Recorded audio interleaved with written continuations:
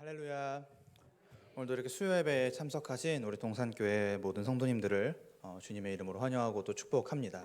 또 온라인으로도 함께 예배드리고 계실 우리 성도님들도 주님의 이름으로 환영하고 축복합니다.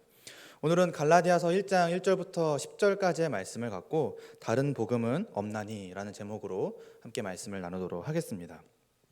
사실은 지난달까지 제가 계속해서 고린도전서를 나눴는데요. 오늘부터는 좀 특정 본문을 계속해서 설교하기보다는 좀 성경에 나타난 한 가지 큰 주제를 두고 함께 성도님들과 은혜를 좀 나누는 그런 설교를 좀 해보려고 합니다. 그것은 바로 복음입니다. 사실 이 복음이라고 하는 것은 성경 안에 굉장히 광범위하고 또 깊고 풍성하게 증거되고 있는 성경의 아주 중요한 주제이죠. 그래서 사실 한 권 한 권을 자세히 살펴다 보면서 이 복음이 어떻게 드러나고 또 우리에게 가르쳐지고 있는지를 살펴보는 것도 중요하겠지만 또 우리가 허락된 시간과 또 기회가 그렇게까지는 다 소화할 정도는 되지 않을 것 같아서 가능하다면 중요한 본문을 중심으로 이 성경의 핵심 주제인 또 우리의 믿음의 본질인 복음을 좀 자세하게 한번 좀 살펴보고자 합니다. 그래서 오늘은 복음을 좀 설명하기 위해서 갈라디아서를 선택했습니다. 사실 이 갈라디아서는요, 제2의 로마서라고 불릴 정도로 이 복음의 핵심을 총 6장에 걸쳐서 아주 압축적으로 그리고 짧고 분명하게 보여주는 본문입니다. 그래서 로마서와 함께 읽으면은 더 풍성하게 내용을 이해하고 또 믿음을 세울 수 있는 그런 귀한 본문이죠. 그래서 저는 오늘 이 본문, 갈라디아서 본문을 통해서 간략하지만 풍성하게 복음의 은혜를 우리가 좀 생각해보고 그리고 그것으로 우리가 이제 앞으로 어떠한 자세를 갖고 하나님의 교회로서 살아가야 할지를 좀 생각해 보려고 합니다. 먼저 말씀을 좀 자세히 살펴보도록 하겠습니다. 1절에 보시면 사람들에게서 난 것도 아니요 사람으로 말미암은 것도 아니요 오직 예수 그리스도와 그를 죽은 자 가운데서 살리신 하나님 아버지로 말미암아 사도된 바울은 이렇게 얘기를 하고 있죠. 바울은 이 1절을 통해서 상당히 많은 설명을 사용해서 자신이 사도라고 하는 것을 밝히고 있는 것을 우리가 볼 수 있습니다. 사실 이 갈라디아서 1장 1절에 제시된 바울의 자기소개는요, 다른 서신서들에 비하면은 상당히 많은 설명과 좀 변호의 느낌을 내고 있는 것을 볼 수가 있습니다. 다른 서신들을 좀 보자면은 로마서 1장 1절을 보시면은 예수 그리스도의 종 바울은 사도로 부르심을 받아 이렇게 짧게 기록을 했고요. 또 에베소서 1장에서도 하나님의 뜻으로 말미암아 그리스도 예수의 사도된 바울을 이렇게 기록을 하고 있습니다. 그러니까 다른 서신서들에 비해서 바울이 내가 사도입니다라고 변호하는 그런 모습들을 우리가 좀 볼 수 있는 것 같습니다. 그래서 바울이 자신을 사도라고 진짜 사도라고 변호를 하고 있는데 어떻게 변호를 하고 있는지 크게 두 가지 내용을 살펴볼 수가 있습니다. 먼저는 사람들에게서 난 것도 아니요 사람으로 말미암은 것도 아니요라고 이렇게 얘기를 하죠. 이는 바울이 사도가 된 것이 사람에 의하지 않았음을, 즉 어떤 특정한 사람이 그에게 사도의 직분을 주지 않았다라고 말하고 있는 것입니다. 그런 후에 두 번째로는 오직 예수 그리스도와 그를 죽은 자 가운데서 살리신 하나님 아버지로 말미암아 사도된 바울은 이렇게 설명을 하고 있지요. 그렇습니다. 하나님 아버지와 예수 그리스도께서 그에게 사도의 직분을 허락하신 겁니다. 즉 그가 사도가 될 수 있었던 것은 바로 하나님 아버지와 예수 그리스도로부터 말미암은 것이죠. 이 구절을요, 다른 번역본인 쉬운 성경으로 읽으면 다음과 같습니다. 자막이 준비될 텐데요. 네, 사람들이 뽑은 것도 아니요 사람들이 보낸 것도 아니요 예수 그리스도와 그분을 죽은 사람 가운데서 살리신 하나님 아버지께서 사도로 삼으셔서 사도가 된 나 바울을, 이렇게 되어 있죠. 그래서 결국 바울이 사도가 되었다, 내가 사도다 이렇게 얘기할 때 이 사도는 하나님 아버지와 예수 그리스도로 말미암아 세워진 참된 사도임을 자신이 변호하고 있는 것입니다. 그렇다면 바울이 이렇게 1절에 좀 길게 자신의 사도직을 변호한 까닭이 무엇일까요? 이것은 갈라디아 교회에 이 바울의 사도직에 관한 문제가 생겼기 때문입니다. 당시 갈라디아 교회 안에 이 바울의 사도직과 또 그의 가르침이 거짓이라고 주장하는 거짓된 무리, 거짓 선생들이 있었기 때문에 바울은 편지를 시작하면서 동시에 내가 참된 사도야, 내가 가르치는 복음이 하나님으로부터 예수님으로부터 나온 진짜 복음이야 라고 변호할 필요가 있었던 것입니다. 갈라디아 교회는요, 바울이 1차 전도 여행 때 세운 교회로서 비시디아, 안디옥, 이고니온, 루스드라 그리고 더베 등에 있는 이 지역에 있는 여러 교회들을 가리킵니다. 이 내용은 이제 사도행전 13장과 14장에 기록되어 있지요. 그런데 바울이 갈라디아 교회를 떠난 후에 이 갈라디아 교회 안에 거짓 가르침을 가르치는 거짓된 선생들이 몰래 들어온 것입니다. 갈라디아서 2장 4절에 그 내용이 설명이 되어 있는데요. 이는 가만히 들어온 거짓 형제들 때문이라. 바로 이 거짓 형제들이 갈라디아 교회에 들어와서 바울이 참된 사도가 아니라고, 그래서 그가 가르치는 복음, 그가 가르치는 어떤 것들은 다 거짓된 것이라고 가르친다라는 것입니다. 그들은 예루살렘 교회에서 왔다고 주장하는 무리인데 이들은 바울의 이렇게 사도직과 복음을 부정하고 거짓된 것이라고 말을 하죠. 그래서 예수 그리스도에 대한 믿음을 고백했지만 예수 그리스도만으로는 구원받기에 불충분하다라고 주장하는, 그래서 어떤 율법을 행해야 구원받을 수 있다라고 주장하는 거짓된 무리들이었습니다. 그래서 예수 그리스도를 믿는 믿음 외에 할례나 절기 등 어떤 몇 가지 율법을 지켜야 하나님 앞에서 의롭다함을 받을 수 있다라고 주장한 것이죠. 이것은 바로 사도 바울이 갈라디아 교회에 가르쳤던 복음과는 상당히 대조적이고 또 반대되는, 부딪히는 가르침입니다. 사도 바울은 1차 전도 여행을 마치고 안디옥으로 돌아간 후 이렇게 갈라디아 교회가 예수 그리스도의 십자가 복음, 우리가 믿음으로 의롭게 된다라고 하는 그 복음으로부터 떠나 멀리, 이제 복음을 멀리하게 되었다는 소식을 듣고 이 편지를 쓰게 된 것입니다. 2절과 3절에 보시면 이제 바울은 자기와 함께 있는 모든 형제와 더불어 여러 교회, 갈라디아의 여러 교회를 축복하며 이제 이 편지를 시작하는 것을 볼 수가 있습니다. 사랑하는 성도님들, 바울이 이렇게 자신이 사도임을 밝히는 것, 변호하는 것은요, 사실 바울 그 자신을 위한 것뿐만이 아니라 오늘 우리를 위한 것이기도 합니다. 다른 서신들과 달리 바울이 이토록 자신의 사도직을 급히 변호한 것은 현재 이 갈라디아 교회 안에 가만히 들어온 거짓 선생들, 거짓 형제들 때문이죠. 그들의 거짓 가르침과 헛된 주장들이 이 갈라디아 교회를 흔들고 혼란스럽게 하고 있던 것입니다. 그래서 바울의 사도직을 의심하게 되고 그가 가르친 복음들을 의심하게 만든 것이죠. 만약 그들의 주장대로 바울이 참된 사도가 아니라면 어떤 문제가 발생할까요? 바로 그가 가르친 복음이, 그가 가르쳤던 모든 가르침들이 다 헛되고 무익한 것이 되고 맙니다. 왜냐하면 그는 정통 사도가 아니기 때문이죠. 즉 예수 그리스도에 대한 믿음만으로 의롭다함을 얻을 수 없고 율법의 어떠한 것을 지켜야만이 구원받을 수 있다라고 하는 오히려 그 거짓 형제들의 가르침이 더 권위가 생기게 되는 것입니다. 이처럼 바울의 변호는 자신을 위한 것이 아니라 궁극적으로는 자신이 전한 진리의 가르침, 곧 예수 십자가 복음을 변호하기 위한 변호였습니다. 그래서 그는요, 하나님 아버지와 우리 주 예수 그리스도께서 복음을 위하여, 이 복음을 가르치기 위하여 부르신, 세우신 참된 사도였고 그가 전한 것은 참된 복음인 것입니다.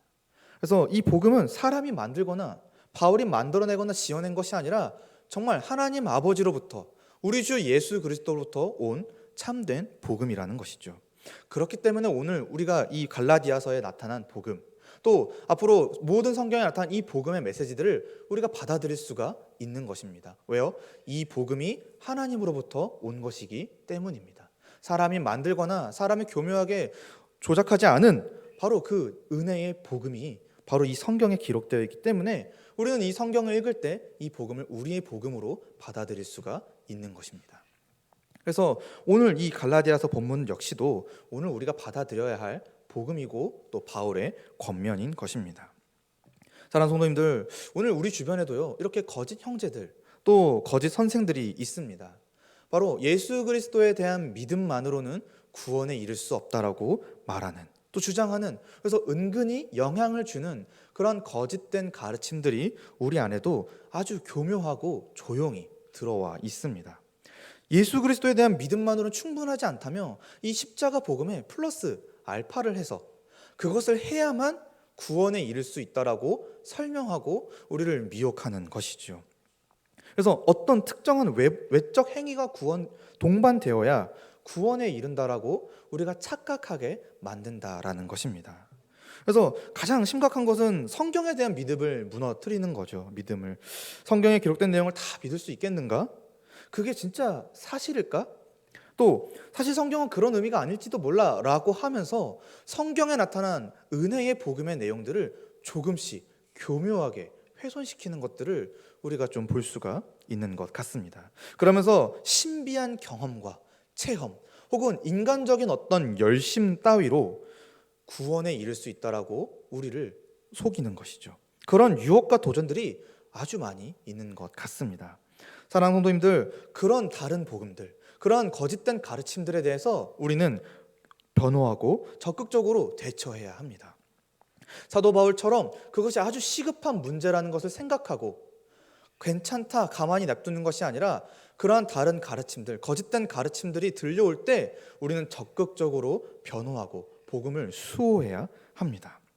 그래서 소극적으로 대처하는 것이 아니라 적극적으로 우리가 있는 바가 무엇인지를 설명해 주고 그러한 주장에 휩싸이고 유혹받은 성도들에게 가서 그가 다시 한번 복음을 믿을 수 있도록 또 잘 설명해 주는 것, 이것이 바로 먼저 성도된 우리의 도리라고 생각하게 됩니다.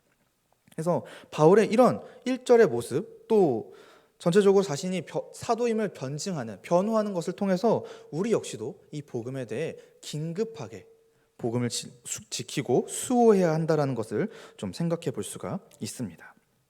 그렇다면 우리가 지키고 증명해야 될 그 복음은 구체적으로 무엇일까요? 또 그래서 복음이 무엇인지를 잘 알아야 변호할 텐데 우리가 믿고 확신해야 될 그 복음이 과연 무엇일까요? 바울은 4절과 5절에 아주 짧게 그 복음이 무엇인지를 소개하고 있습니다. 4절부터 5절의 내용을 쭉 살펴보시면은 그리스도께서 하나님 곧 우리 아버지의 뜻을 따라 이 약한 세대에서 우리를 건지시려고 우리 죄를 대속하기 위하여 자기 몸을 주셨으니 영광이 그에게 세세토록 있을지어다. 아멘. 그래서 바울의 복음을 아주 짧고 간략하게 복음을 제시하고 있습니다. 그래서 4절에 나타난 내용을 저는 좀 세 가지로 한번 구분을 해 보았습니다. 첫 번째로는 그리스도께서 하나님 곧 우리 아버지의 뜻을 따르셨다. 두 번째로는 그리스도께서 이 약한 세대에서 우리를 건지시려고 하셨다. 세 번째로는 그리스도께서 우리 죄를 대속하기 위하여 자기 몸을 주셨다. 그래서 바울이 아주 짧게 이 복음을 정리를 했는데 저는 이걸 더 짧게 요약하고 정리를 해 보았습니다. 바로 예수 그리스도께서 하나님 아버지의 뜻을 따라 자기 몸을 들여 우리를 죄에서 건져내셨다라고 하는 것이 바로 우리가 믿는 복음이자 복음의 핵심입니다. 놀랍게도 성경 66권은요 이 한 가지 진리를 전하기 위해서 쓰여졌습니다. 그리고 바울과 같은 전도자들, 말씀 사역자들을 통하여서 세계 곳곳에 여러 사람에게 이것이 전해지도록 하셨습니다. 그리고 지금도 말씀 사역자들을 통해서 또 선교사님들을 통해서 이 복음이 전해지고 있는 것이지요. 바울은 이 복음의 내용을 설명한 다음에 이것을 허락하신 하나님께 5절 영광을 돌립니다. 이 놀라운 소식을 알고 믿기에 하나님 아버지께 영광을 돌릴 수밖에 없었겠지요. 그래서 영광이 그에게 세세토록 있을지어다. 아멘. 이렇게 고백한 것입니다. 사랑하는 성도님들, 저는 이 4절과 5절을 가지고 좀 복음이 무엇인지 한번 자세하게 좀 들여다보는 그런 시간을 가져보려고 합니다. 사실 지금부터 하게 될 제 설명은 우리 유초동부 친구들과 매주 나누는 내용입니다. 그래서 우리 친구들은 매주 10분 동안 이 내용을 복습하고 또 듣습니다. 그래서 아마 지금쯤이면 거의 외우지 않았을까 싶은 그 정도 내용인데 한번 우리 성도님들과도 짧지만 이 복음의 내용을 한번 간결하게 설명해 보고자 합니다. 첫 번째로 복음이 무엇입니까? 바로 그리스도께서 하나님 곧 우리 아버지의 뜻을 따르셨다라고 하는 것입니다. 그렇다면 예수 그리스도께서 따르신 이 하나님 아버지의 뜻이 무엇인지를 좀 알아야겠지요. 사랑하는 성도님들, 하나님은요 창조 때 분명한 목적과 뜻을 갖고 계셨습니다. 그리고 그 목적과 뜻을 따라서 이 천지를 창조하셨지요. 바로 하나님 나라를 창조하신 것입니다. 하나님 나라는 하나님이 창조하시고 다스리시는 나라로서 하나님의 형상인 사람에게 복과 안식을 주기 위해 창조된 나라입니다. 사람은 하나님 나라의 백성으로서 그 나라에서 모든 복과 안식을 누릴 수 있었죠. 이것이 바로 하나님이 계획하신 창조 목적이고 뜻입니다. 단 이 나라에 살기 위해서는 한 가지 조건이 있었습니다. 바로 창조자여 주님이신 하나님의 말씀에 순종하는 것입니다. 감사하게도 하나님은 사람이 하나님의 뜻에 순종할 수 있는 존재로 창조하셨고 또 그들과 교제하셨으며 함께 하나님의 말씀을 지킬 수 있는 돕는 배필까지 허락하셨습니다. 그래서 하나님의 말씀에 순종하지 않기가 더 어려운 존재가 바로 우리 사람이었죠. 그런데 그런 사람이 하나님 앞에서 불순종한 것입니다. 하나님 나라의 창조자이자 주님이신 하나님을 마음으로부터 거부한 것입니다. 그분의 주되심을 거부한 것이죠. 그 결과 죄인이 되었고 하나님 나라에서 쫓겨나 이제 아주 저주와 고통스러운 삶이 시작되게 되었습니다. 여기까지만 보면 이렇게 하나님의 창조 목적과 뜻이 마치 실패한 것처럼 보이지요. 그러나 하나님은 그 창조 목적과 뜻을 회복하고 이루시기 위해서 구원 계획이라는 것을 실행하셨습니다. 그래서 하나님은 죄를 범한 하나님 나라에서 쫓겨난 사람을 포기하지 않으신 것이죠. 다시 그들을 하나님 나라로 돌이켜 그 나라에 계획된 복과 안식을 누리게 하기 위한 모든 계획을 준비하고 역사 가운데서 시행하신 것입니다. 그리고 그 목적을 달성하기 위해 그리고 그 뜻을 이루기 위해 사랑하는 자기 아들을 이 땅에 보내셨습니다. 그가 바로 우리가 믿는 예수 그리스도입니다. 그래서 예수 그리스도는요, 이 땅에 오셔서 하나님의 뜻을 이루시기 위해 바로 십자가에 달려 죽으셨음을 성경은 말하고 있습니다. 바로 그 일로 말미암아 하나님의 뜻이 완성되고 또 이루어지게 되는 것이지요. 마가복음 1장 14절부터 15절에 바로 그런 예수님의 하나님의 뜻에 순종하셨음을 보여주고 있습니다. 요한이 잡힌 후 예수께서 갈릴리에 오셔서 하나님의 복음을 전파하여 이르시되 때가 찼고 하나님의 나라가 가까이 왔으니 회개하고 복음을 믿으라 하시더라. 그래서 예수님을 통해 이제 하나님의 뜻이 이루어지기 시작한 것입니다. 그렇습니다. 예수 그리스도께서 순종하신 하나님 아버지의 뜻이란 바로 이것입니다. 곧 죄를 범하여 하나님을 떠난 그 인류를 회복시키고 다시 하나님 나라로 들어가게 하는 것. 이 일을 위해 예수 그리스도께서 하나님으로부터 보내심을 받아 그 뜻에 순종하여 모든 사역을 감당하신 것입니다. 아담이 실패했던 그 모습을 예수 그리스도로 말미암아 회복되고 다시금 이루어지게 되는 것이지요. 그리고 그 예수 그리스도께서 하나님의 뜻에 순종하셨기 때문에 그를 믿는 모든 자가 이제 구원에 이르게 되게 됐습니다. 두 번째로 복음이 무엇입니까? 이렇게 얘기했을 때 그리스도께서 그런 하나님 아버지의 뜻을 따라 이 악한 세대에서 우리를 건지려고 하셨다라고 하는 것입니다. 그럼 예수 그리스도께서 악한 세대에서 왜 우리를 건지셔야만 했습니까? 바로 우리가 살아가는 이 현재 세대는 또 이 현재 세상은요, 아담 이후로 계속해서 악한 세대입니다. 왜냐하면 온 인류가 아담에게 속하여 하나님 앞에서 죄를 범한 죄인이 되었는데 죄와 사망의 권세 아래에서 날마다 불순종하기를 기뻐하기 때문입니다. 바울은 에베소서에서 우리의 상태를 다음과 같이 설명하고 있죠. 에베소서 2장 1절부터 3절입니다. 그는 허물과 죄로 죽었던 너희를 살리셨도다. 그때 너희는 그 가운데서 행하여 이 세상 풍조를 따르고 공중의 권세 잡은 자를 따랐으니 곧 지금 불순종의 아들들 가운데서 역사하는 영이라. 전에는 우리도 다 그 가운데서 우리의 육체의 욕심을 따라 지내며 육체와 마음에 원하는 것을 하여 다른 이들과 같이 본질상 진노의 자녀이었더니. 지금 우리가 어떤 상태였냐면은 허물과 죄로 죽어버린 아주 끔찍한 상태였습니다. 그래서 공중의 권세 잡은 자를 따라 불순종하며 살아가기를 기뻐했던 죄인 중에 죄인들이었던 것이죠. 그래서 더 이상 하나님의 뜻에 따라 살 수가 없는, 그래서 본질상 진노를 받아 마땅한 자들이었습니다. 세상에 누구도 이러한 죄와 사망의 문제를 해결할 수가 없었죠. 또한 하나님의 거룩하신 뜻에 순종할 수가 없었습니다. 그래서 인류는요, 생명의 근원이신 하나님을 떠나 아주 괴롭고 불행한 삶을 살아야 했고, 심지어 그 끝은 하나님이 죄의 형벌로 정하신 사망이었습니다. 즉 하나님과 더는 함께할 수 없는 영원한 죽음이 우리의 결말이었습니다. 그런 상태가 바로 우리였던 것이죠. 그런데 그것을 해결할 길이 지금 나타나는 것입니다. 그것을 해결할 수 있도록 하나님께서 그 길을 제시해 주신 것입니다. 바로 그의 아들 예수 그리스도입니다.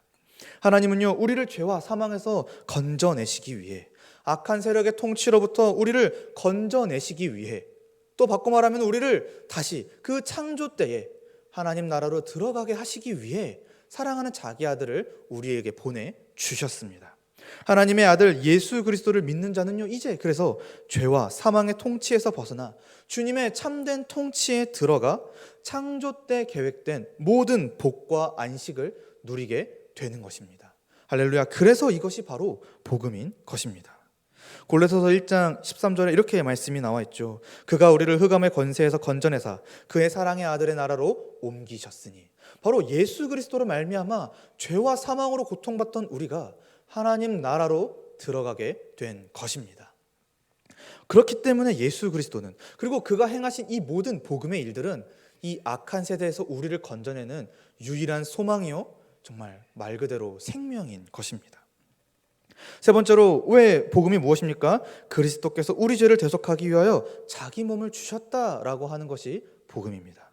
그럼 예수 그리스도께서 어떻게 우리를 죄에서 대속하셨습니까? 바꿔 말하면 우리를 어떻게 하나님 나라로 다시 들어갈 수 있게 하셨습니까? 사랑하는 성도님들, 우리가 하나님 나라에 들어가기 위해서는요, 이 죄의 문제가 반드시 해결되어야 합니다. 즉, 하나님 나라의 주님이신 하나님께 반역한 그 죄가 그 나라의 주님으로부터 용서받아야 그 나라에 들어갈 수가 있는 것입니다. 그런데 이 용서받을 수 있는 방법이 우리가 제시할 수 있는 방법이 아닙니다. 왜냐하면 우리가 하나님께 대하여 죄를 범한 것이기 때문이죠. 그렇다면 하나님이 제시하시는 방법으로만 죄가 용서받아 그 나라에 들어갈 수가 있는 것입니다. 그리고 하나님이 제시하신 방식이 뭐냐면은 바로 그의 사랑하는 아들이 십자가에 달려 죽는 것입니다. 그래서 우리가 십자가에 달리신 예수 그리스도를 믿는 것만이 유일한 구원의 길이요 소망이라고 얘기하는 것입니다. 그래서 우리가 가진 죄의 문제를 해결하기 위해 하나님께서 이 방법을 제시해 주셨는데, 왜 십자가 죽음입니까? 왜 꼭 누군가 죽어야 됩니까? 라고 물어볼 수가 있지요. 사실 우리가 가진 죄의 문제를 해결하기 위해서는요, 반드시 대가를 치러야 합니다. 근데 이 죄의 대가가 뭐냐면은 죽음입니다. 사망이고요. 즉 죽어야 그 죄값이 치루어지게 되는 것이죠. 근데 우리가 우리의 죄에 대해서 죽는다면 그것이 우리가 하나님께 용서받았다라고 말할 수 있겠습니까? 아니, 우리가 죽으면 그 나라에 들어갈 수가 있겠습니까? 그렇다면 우리를 대신하여 누군가 죽으면 되는 것입니다. 즉 내가 아닌 나를 대신하여 누군가 하나님 앞에서 이 모든 죄의 형벌을 감당하면 내가 그것으로 말미암아 하나님 나라에 들어갈 수가 있는 것이죠. 그래서 하나님께서 그렇게 우리를 대신하여 죽을 수 있는 존재를 보내주셨는데 그게 바로 예수님입니다. 바로 우리 예수님이 우리를 대신하여 죽으실 수 있는 유일한 구원의 통로인 것이죠. 이 일을 위해 예수님은요, 참 하나님이시고 참 사람이시고 참 의인으로서 이 땅에 오셨습니다. 그래서 하나님의 뜻에 모두 다 순종하셨고 십자가에 달려 죽기까지 완벽하게 순종을 이루셨습니다. 그렇기 때문에 그의 죽음이 곧 우리를 위한 죽음이 될 수가 있었던 것이지요. 그래서 예수님이 우리를 대신하여 십자가에 달려 죽으셨기에 우리가 받을 모든 죄의 형벌이 이제 사라지게 된 것입니다. 또 예수님이 십자가에 달려 피 흘리셨기 때문에 그 피가 이제 그를 믿는 모든 자들의 죄값을 지불한 것으로 여겨지게 된 것입니다. 즉 속량하게 된 것이지요. 곧 예수 그리스도로 말미암아 우리가 가진 모든 죄의 문제가 해결되었습니다. 그러므로 이제 예수 그리스도는 우리 죄를 대속하기 위해 자기 몸을 주셨고, 이로써 하나님 아버지의 뜻이, 우리를 향한 모든 뜻이 이루어졌기에 우리는 이제 당당히 그분의 십자가 죽음을 근거로 바탕으로 하나님 나라에 들어갈 수가 있는 것입니다. 그래서 복음입니다. 사랑하는 성도님들, 이로써 예수 그리스도로 말미암아 하나님의 창조 목적과 뜻이, 창조 계획이 완전히 회복되었습니다. 이제 우리는 이를 믿음으로써 하나님 나라에 들어갈 수가 있게 되는 것이지요. 그렇습니다. 이것이 바로 오늘 우리에게 주어진 놀라운 복음이자 구원에 이르게 하는 유일한 소망입니다. 바울은 이토록 놀라운 소식을 단 한 절로 요약한 것이죠. 정말 대단하지 않습니까? 저는 사실 갈라디아서 이 4장, 1장 4절 말씀을 볼 때마다 정말 놀랍습니다. 내가 알고 있는 그 방대한 복음의 내용을 단 한 줄로 요약한 것입니다. 아무튼 이 복음, 이 놀라운 소식, 이 복음을 우리는요 믿어야 합니다. 이것이 우리를 구원에 이르게 하는 복음인 것을, 생명인 것을 믿어야 하는 것입니다. 그리고 이 복음을 믿을 때 우리에게서는 자연스럽게 이러한 반응이 나올 것입니다. 영광이 그에게 세세토록 있을지어다. 아멘. 우리는 이 복음을 이제 알기에 또 믿기에 하나님을 이렇게 고백하고 찬양할 수가 있는 것이지요. 사랑하는 성도님들, 우리 같은 극악무도한 죄인이 어찌 감히 하나님의 이름을 입에 담을 수 있겠습니까? 또한 우리가 무엇이라고 그 거룩하고 의로운 나라에 들어가 하나님의 통치를 받으며 그 나라의 모든 복과 안식을 누릴 수 있겠습니까? 그러나 하나님은요 우리를 포기하지 않으셨습니다. 오히려 너무 사랑하셔서 자기 아들을 내어주시면서까지 우리를 구원하신 것입니다. 심지어 우리의 구원을 위해서 우리에게서 어떤 것도 받지 않으셨고 요구하지도 않으셨습니다. 그저 이걸 믿어라 라고 말씀하셨지요. 여기에 우리의 어떤 노력이나 행위가 들어가 있지 않습니다. 그냥 하나님이 처음부터 계획하고 하나님이 처음부터 이루셨고 하나님이 처음부터 완성하실 것입니다. 그렇기 때문에 그저 우리는 그가 보내신 그의 아들과 그가 십자가에 달려 죽으셨다라고 하는 이 사실만을 믿으면 됩니다. 이것만으로도 하나님은 구원하시겠다고 약속하신 것입니다. 이처럼 하나님의 구원 역사는요 우리의 기대와 상상을 뛰어넘는 방식으로 진행되었고 심지어는 그것을 받아들이기 위한 방식마저도 우리의 무언가를 자랑할 수 없게 되었습니다. 그저 하나님의 은혜로 정말 자격 없는 자에게 거저주는 방식으로 이루어지게 된 것이지요. 그러므로 우리는요 이 은혜를 허락하신, 이 은혜를 부어주신 하나님을, 그리고 우리 주 예수 그리스도를 찬양해야 합니다.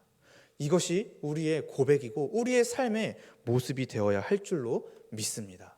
에베소서 1장 3절과 6절의 모습이 그래서 우리의 모습이 되어야 할 텐데, 찬송하리로다 하나님 곧 우리 주 예수 그리스도의 아버지께서 그리스도 안에서 하늘에 속한 모든 신령한 복을 우리에게 주시되, 6절 말씀으로 이는 그가 사랑하시는 자 안에서 우리에게 거저 주시는 바 그의 은혜의 영광을 찬송하게 하려는 것이라.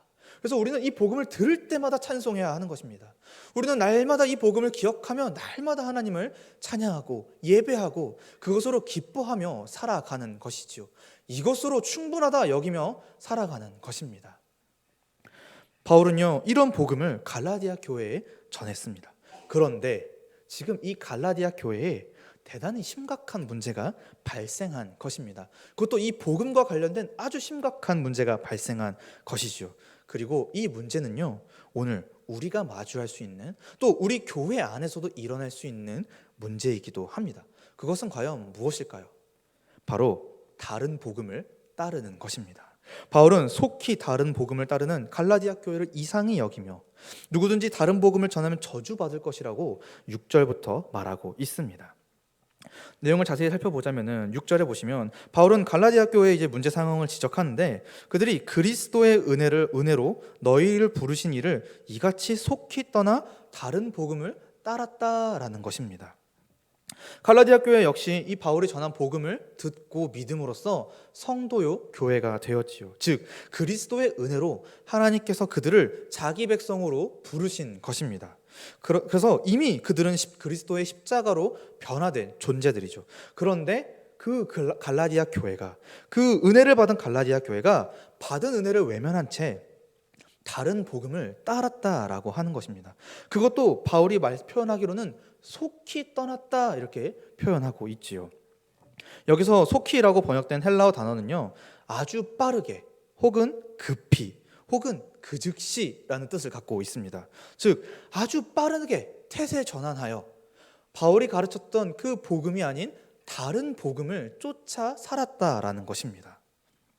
그래서 너무나 쉽고 빠르게 그 다른 복음에 동조되어 원래 그들이 믿고 그들을 살아가게 하는 원동력이었던 예수 십자가 복음을 외면했던 것이지요. 여기서 다른 복음이라는 것은 예수 그리스도의 십자가 외에, 그것을 믿는 것 외에 율법의 무언가를 행함으로써, 즉 내 행위가 플러스 됨으로써 구원받을 수 있다라고 말하는 것입니다. 즉 행위 구원에 가까운 개념이죠. 그러나 7절에 보시면 바울은 다른 복음은 없나니 이렇게 얘기하고 있습니다. 다른 복음은 없습니다. 그렇게 단호하게 주장하고 있는 것이죠. 오히려 어떤 사람들이 그들을 교란하여 그리스도의 복음을 변하게 하려 했다라고 얘기하고 있습니다. 성경에는요, 이처럼 진리를 교묘하게 숨기고 거짓되고 헛되며 아주 허망한 가르침의 사람들이 많이 등장할 것이라는 것이 여러 번 등장합니다. 그래서 그들을 주의하라 이런 경고들이 많이 등장하지요. 이것은 예수님이 말씀하시기도 했고 또 바울 말고도 예수님의 사도들이 여러 번 경고하기도 했습니다. 오늘날에도 사실 이런 거짓 선생들이 많이 보이지요. 그들은 할 수만 있다면 믿는 자든 믿지 않는 자든 이 다른 복음을 전하여 자신을 따르도록 만듭니다. 심지어 시간이 흐를수록 그 수법과 미혹이 더욱 정교해지는 것을 볼 수가 있습니다. 제가 지지난주에 동기 전도사님들을 좀 만날 일이 있어서 강남을 이렇게 가게 되었습니다. 길을 걷고 있는데 누가 이렇게 전단지 같은 거를 나눠 주시더라고요. 근데 그 안에 펼쳐 보니 CD 같은 게 들어 있어서 거기에 이런 것들을 들으면 구원받을 수 있다, 뭐 이렇게 기록을 하는 전단지를 나눠준 거를 제가 받게 되었습니다. 그런 거 말고도 그런 식으로 뭔가 사람들에게 자꾸 접근하면서 자신들이 만들어낸 다른 복음을 가르치고 전하여 사람들을 미혹하고 있는 것이 오늘 지금 일어나고 있는 현 상황입니다. 그러나 8, 9절에 보시면 바울은 누구든지 다른 복음을 전하는 자는 저주를 받을 것이다 이렇게 경고를 하고 있지요. 그래서 이 다른 복음을 전한다라는 게 얼마나 큰 죄인지를 바울이 설명하고 있습니다. 10절에 바울은 자신이 이제 사람에게서 기쁨을 구하기 위해 전도 사역을 하지 않았다라고 얘기를 하면서 비록 사람들이 보기엔 미련하고 꺼리끼게 보일지라도 그리스도의 종으로서 그를 세우신 이의 기쁨을 위하여 나는 성실히 그리스도의 복음을 전했다라고 하면서 오늘 본문을 마치고 있습니다. 사랑하는 성도님들, 바울은요 다른 복음이 없다라고 매우 강조를 하고 있죠. 심지어 2번이나 언급을 했습니다. 보통 성경에서 2번 얘기하면은 강조점이죠. 다른 복음은 없나니. 그래서 우리 역시도 다른 복음이 없다라고 생각해야 합니다. 오직 예수 그리스도의 십자가 복음만이 우리를 구원에 이르게 하는 복음이라는 사실을 굳게 확신해야 합니다.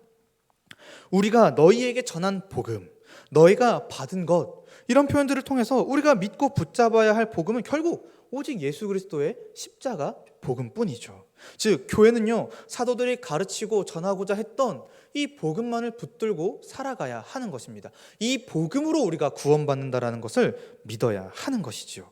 왜 그렇습니까? 이 복음에 능력이 있고 이 복음에 지혜가 있기 때문입니다. 이 복음이 오늘 우리의 견고한 반석이 되기 때문입니다. 고린도전서 3장 10절과 11절에 내게 주신 하나님의 은혜를 따라 내가 지혜로운 건축자와 같이 터를 닦아두매 다른 이가 그 위에 세우나 그러나 각각 어떻게 그 위에 세울까를 조심할지니라. 이 닦아둔 것 외에 능히 다른 터를 닦아둘 자가 없으니 이 터는 곧 예수 그리스도라. 우리의 터는, 우리의 신앙의 터는, 우리 교회의 터는 예수 그리스도와 그 십자가 복음밖에 없습니다. 다른 복음은 없습니다. 이걸 날마다 기억해야 하는 것이죠. 그렇다면 우리 동산교회는 어떻습니까? 예수 십자가 복음만을 가르치고 잘 배우고 있습니까? 모든 성도가 이 복음에 대한 신앙 고백을 제대로 드리고 있습니까? 또 이 모든 사실에 대한 굳건한 믿음이 있는지 우리 스스로 이 말씀을 갖고 점검할 필요가 있습니다.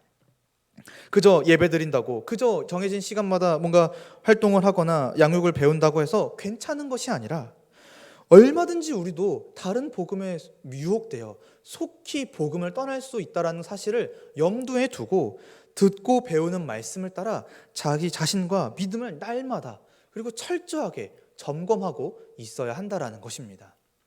안주하고 있으면 안 됩니다. 우리 역시도 미혹당할 수 있습니다. 정신을 차리고 복음을 듣고 배우고 믿고 있어야 하는 것입니다.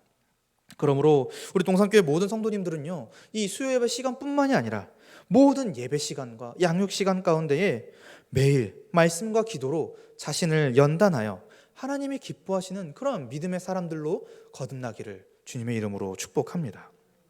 그래서 계속해서 이 말씀을 이어가자면은 바울은요, 다른 복음을 전하는 사람은 다른 복음이 없다라고 강조하면서 이 다른 복음을 전하는 자들은 저주받을 것이라고 엄히 경고합니다. 우리는 그리스도의 은혜를 기억하여 사람들의 기쁨을 위해 다른 복음을 말하지 않고 우리를 부르신 우리의 부르심대로 그리스도의 종으로서 하나님 아버지의 기쁨을 위하여 오직 예수 그리스도의 십자가 복음만을 전하고 말해야 합니다. 오늘날 우리가 주의해야 될 다른 복음은 좀 무엇이 있을까 생각해 보았습니다. 간혹 이단 단체 등에서는 거짓되고 헛된 가르침들을 많이들 주장하지요. 이것 외에 예수 그리스도를 믿는 것 외에 무언가를 더 믿거나 행해야 된다라고. 근데 이제 감사하게도 한국 교회는 그런 것들에 대해 적극적으로 좀 반대하고 또 그것들을 경계할 만큼 예수 그리스도에 대한 믿음으로 구원받는다는 사실이 아주 명확하게 각인되어 있습니다. 그런데 문제는 그 성도들 안에서조차 아주 교묘하게 다른 복음이 섞여 들어올 수 있다라는 것입니다. 노골적으로 예수 그리스도를 믿는 것으로는 구원받을 수 없어 라고 말하는 사람은 없지만 예수 그리스도를 믿어야 돼. 근데 이것도 해야 구원받을 수 있어 라고 말하는 아주 교묘하고 다른, 저는 또 다른 복음이라고 설명을 많이 하는데 정말 또 다른 복음이 우리 안에도 들어올 수 있다라고 하는 것입니다. 그게 뭘까 이렇게 생각했을 때 믿음으로 구원받죠. 그걸 우리가 믿죠. 그런데 우리가 뭔가 열심히 교회 생활을 해야 구원받을 수 있어. 우리가 열심히 교회 생활을 해야 우리 구원이 완성돼 라고 주장하는 그러한 생각들마저도 성경은 다른 복음이라고 얘기하고 있는 것입니다. 설교를 열심히 듣는다고, 예배에 열심히 참석한다고, 뭔가 교회 안에서 봉사를 열심히 한다고 해서 나는 구원받았어 라고 확정짓는, 내 행동과 내 행위로 내가 구원받은 자야 라고 스스로 확신하고 마는 그러한 모든 생각과 마음들이 다른 복음임을 우리는 염두에 두고 있어야 합니다. 사랑하는 성도님들, 아닙니다. 믿음으로 우리가 구원받는 겁니다. 우리의 행위는 믿음에 따라오는 반응인 것이지 우리의 행위가 우리의 구원을 결정짓지 않습니다. 그렇기 때문에 우리는 먼저 우리가 무엇을 믿고 있는가, 우리가 먼저 무엇을 받아들이고 있는가를 점검해야 한다라는 것입니다. 그것이 우리가 복음으로 살아가는 것입니다. 그래서 우리 동산교회는요, 오직 예수 그리스도의 십자가 복음으로만 구원에 이를 수 있다라고 하는 사실을 확신해야 합니다. 우리의 열심 그 자체가 필요 없는 것은 아닙니다. 단지 우리가 열심히 신앙생활을 했기에 구원받는다는 것이 아니라는 것이죠. 먼저는 십자가의 은혜로 구원받는 것입니다. 이 사실을 명심해야 합니다. 먼저 우리가 은혜로 살아가는 존재임을 기억해야 하는 것입니다. 그러므로 구원에 이르기 위해 혹은 복을 더 받기 위해 무언가를 열심히 하기보다는 지금 내가 받은 복과 은혜가 무엇인지를 깊이 생각하고 그 십자가 복음으로부터 나타나는 은혜가 무엇인지를 깊이 묵상하는 것, 이것이 우리에게 먼저 필요한 줄로 믿습니다. 그래서 그것을 정말 자격 없는 우리에게 값없이 은혜로 허락하신 삼위 하나님께 영광과 존귀를 올려드리는 우리 모든 동산교회 모든 성도님들이 되기를 바랍니다. 말씀을 맺겠습니다. 바울은요, 자신이 사람으로부터가 아닌 오직 예수 그리스도와 하나님 아버지로부터 사도가 되었음을 밝혔습니다. 그러므로 그가 전한 복음은 참된 복음이고 오늘 우리가 받아들여야 할 하나님의 복음입니다.